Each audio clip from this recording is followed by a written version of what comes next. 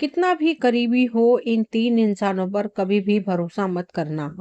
बहुत समय पहले की बात है, एशिया महाद्वीप के पश्चिम प्रांत में एक बहुत ही सुंदर नगर था। उस नगर में एक आदमी रहता था। वह छोटी-मोटी चोरी करके अपने परिवार का भरण-पोषण करता है। लेकिन चोरी के किए हुए धन से उसके परिवार का सही तरीके से खर्चा नहीं चल पाता है।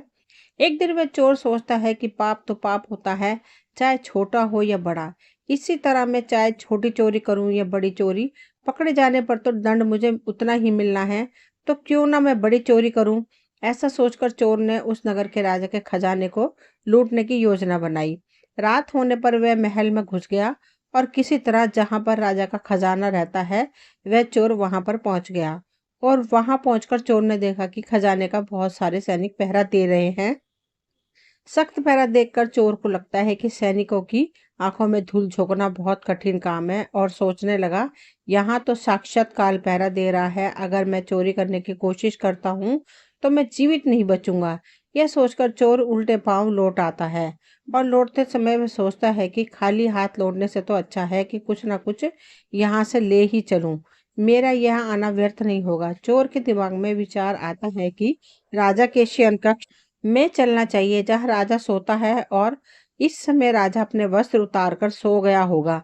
मैं राजा के वस्त्र चुरा कर ले आऊंगा और उन्हें पहनकर आसानी से धन चुरा कर यहाँ से निकल जाऊंगा, और पहरेदारों को लगेगा कि मैं राजा हूँ, इसलिए वे मेरे रास्ते में नहीं आएंगे और मेरा काम आसान हो जाएगा। ऐसा सोचकर चोर राजा के शयन कक्ष के पास पहुंच गया, और उसने धीरे से पर्दा हटाकर देखा तो अंदर का नजारा देखकर आश्चर्यचकित रह गया। उसने देखा कि राजा अपने पलंग पर गहरी नींद में सोया हुआ है, और उनकी रानी अर्ध कपड़ों में पलंग पर बैठी हुई थी।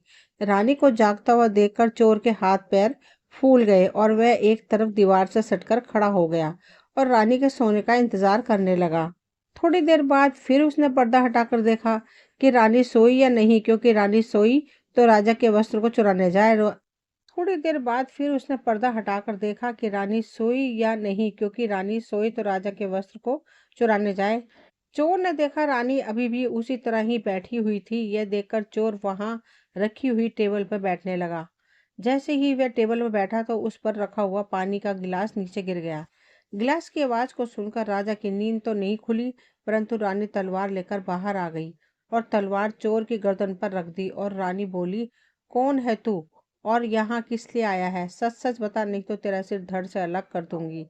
चोर पूरी तरह डर के मारे पसीने से लथपथ हो गया और हाथ जोड़कर गिड़गिड़ाता हुआ बोला, रानी साहिबा, मेरी जान बख्श दो।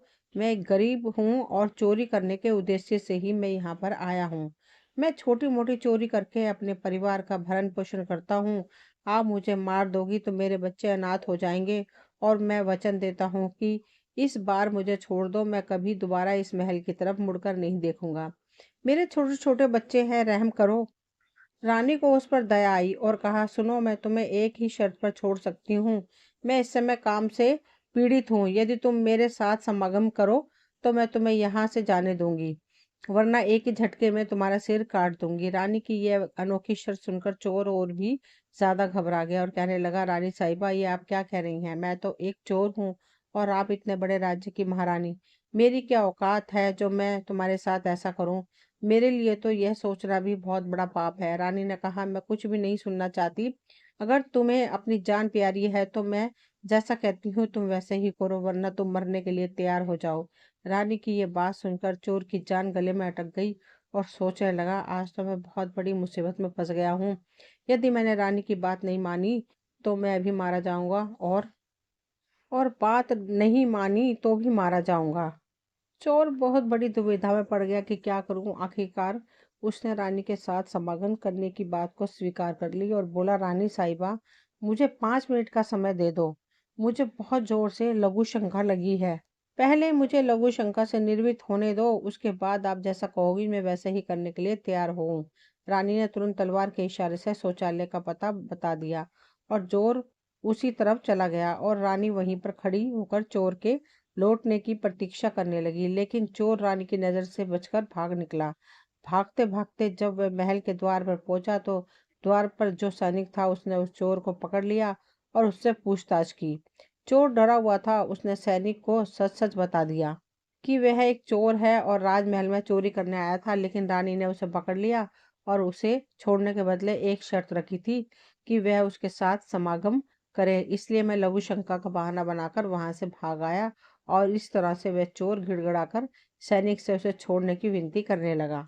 सैनिक ने कहा, देख भाई, मैं तुझे एक शर्त पर जाने दे सकता हूँ और शर्त यह है कि तुम्हें वापस रानी के पास लौट कर जाना होगा और रानी से कहना होगा कि मैं तुम्हारे साथ समागम करने के लिए तैयार हूँ, किंतु उससे पहले तुम्हें अपने हाथ से राजा को मारना होगा। क्योंकि सैनिक की यह शर्त और भी ज्यादा कठिन थी। चोर ने सोचा, वैसे तो प्राण बच भी सकता था, परंतु अब लगता है कि नहीं बचूंगा। अगर रानी से ये बात कही तो रानी मेरा ही सिर काट देगी। अब चोर को चारों तरफ मौत ही मौत दिखाई दे रही थी। अब मजबूर होकर चोर वापस रानी के पास आ गया और बोला, रानी साहिबा, मैं तुम्हारे साथ समागम तो करूंगा, लेकिन मुझे एक बात का डर है कि उस समय राजा नींद से जाग गए तो ना तुम बचोगी और ना मैं।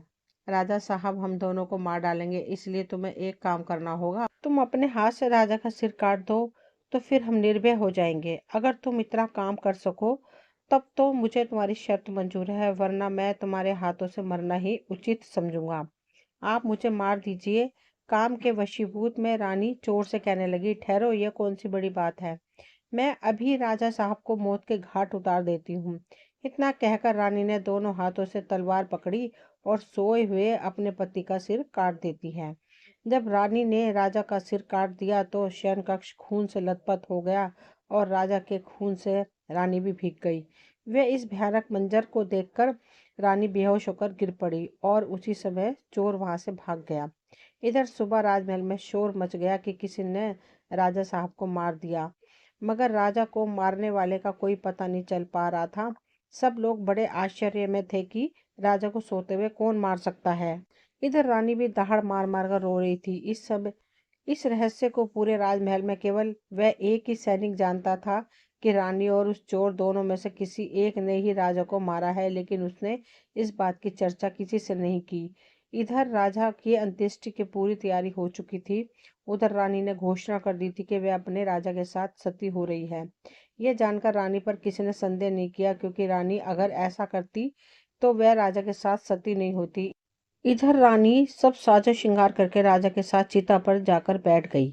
राज्य के सभी लोग राजा की चिता पर एक एक करके लकड़ी रखते हैं और उन्हें नमन करके पीछे लौटते हैं। इस प्रकार से सबके बाद में वह सैनिक भी राजा की चिता पर लकड़ी रखने गया जो इस रहस्य को जानता था।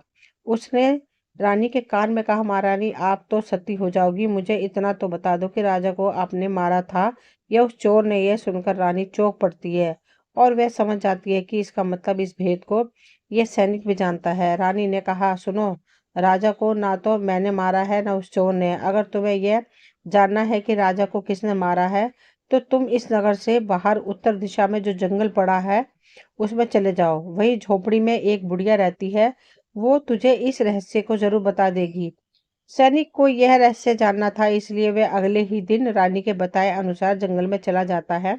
जंगल में पहुंचने पर उसे वह कुटिया नजर आती है जिसमें वो बुढ़िया रहती थी। सैनिक उस बुढ़िया के पैर पकड़कर बोलता है, माँ जी, मैं एक रहस्य जानने के लिए आपके पास आया हूँ। राजा साहब की हत्या किसने की? तब बूढ़ी माँ कहती है, बेटा, अगर तुझे यह रहस्य जानना है तो मुझे एक काम करना होगा। मेरी झोपड़ी के बाहर एक बकरा बंधा है, तू अपनी तलवार से उसका सिर काट दे और सिर काटते ही बकरे का धड़ वहीं गिर जाएगा और उसका सिर हवा में उड़ने लगेगा। अब तू उस बकरे के सिर का कान पकड़ के खुद को लटका लेना। वह बकरे का सिर तुझे जिस जगह पर ले जाएगा वहां पहुंचकर तुझे तेरे सवाल का जवाब मिल जाएगा कि राजा को किसने मारा है। अब सैनिक ने वैसे ही किया। कुटिया के बाहर जो बकरा बंधा था, सैनिक ने उस बकरे का सिर काट दिया। सिर कटते ही वह हवा में उड़ने लगा। उसने झपटकर बकरे के दोनों कान पकड़ लिए। वह सिर उड़ता हुआ उस भयंकर जंगल के बीचों बीच उसे ले गया। उस जगह पर एक गुफा बनी हुई थी। उस गुफा के द्वार पर जाकर वह सिर नीचे उतर आया। सैनिक सोचने लगा कि इस जंगल में ना तो कोई मनुष्य दिखाई दे रहा है, यहाँ भला कौन मुझे राजा की मौत का रहस्य बताएगा। वह गुफा के द्वार पर खड़ा खड़ा यह सोच रहा था और वह गुफा एक राक्षस की थी जिसमें वह राक्षस और उसकी एक बेटी रहती थी। अब शाम हो गई और वह राक्षस अपने भोजन के लिए बाहर आया। गुफा के अंदर उसकी बेटी थी। इधर जब राक्षस कन्या को किसी मनुष्य की गंध पता चली तो वह द्वार पर निकल कर आई। उसने देखा कि एक हष्टपुष्ट जवान गुफा के द्वार पर खड़ा है।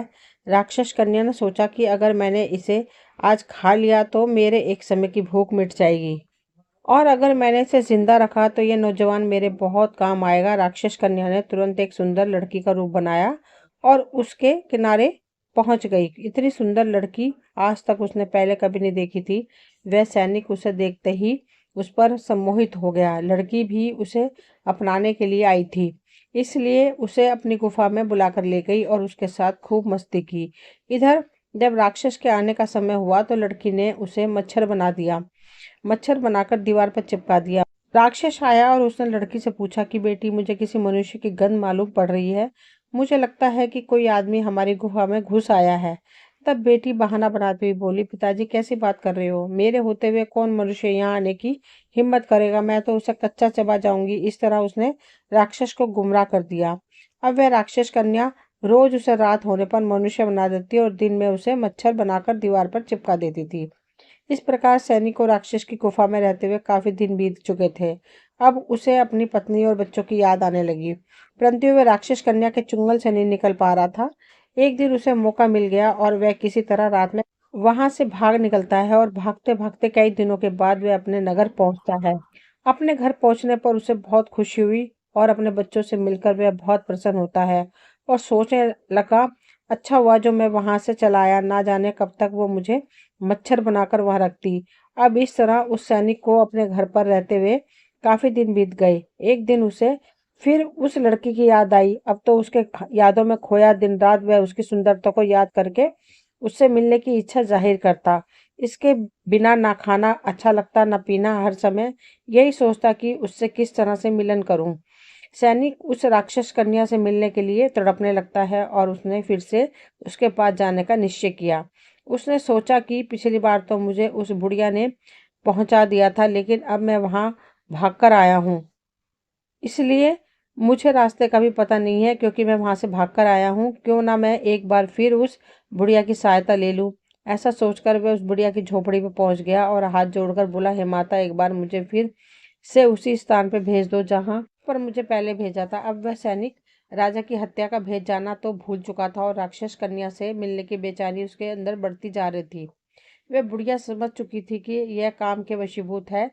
उस बुढ़िया ने कहा, बेटा, पहले तो मेरे पास एक बकरा था जिसके कान पकड़कर तुम वहां चले गए, अब वह भी नहीं है। अब मैं तुम्हें कैसे पहुंचाऊं?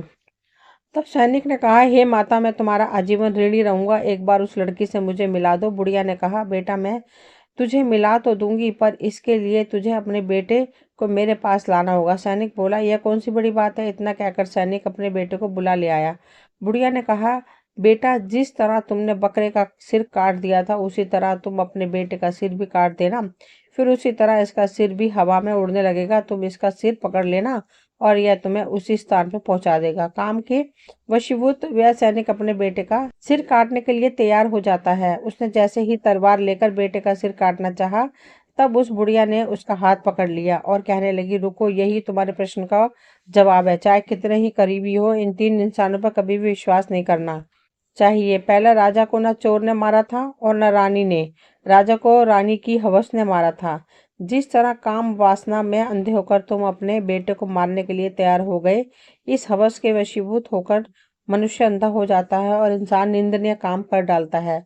दूसरा, इसी तरह धन का लालची भी धन में अंधा होकर कुछ भी नहीं देख पाता है और वह धन के लालच में आकर किसी को भी मार देता है। और तीसरा, क्रोधी, क्रोध में अंधा होकर मनुष्य सब कुछ भूलकर वह सब कर डालता है जो जीवन भर उसे पछताने के लिए विवश कर देता है।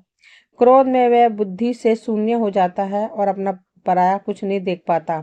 इन तीनों से हमेशा बचकर रहना चाहिए, अन्यथा जीवन भर पछताना पड़ता है। दोस्तों, ये वीडियो यहीं तक थी। मुझे उम्मीद है आपको पसंद आई होगी। अगर पसंद आई हो तो प्लीज़ लाइक शेयर सब्सक्राइब करें ताकि वीडियो की नोटिफिकेशन समय समय पर आपको मिलती रहे। मिलती हूँ अगली वीडियो में, तब तक के लिए थैंक यू।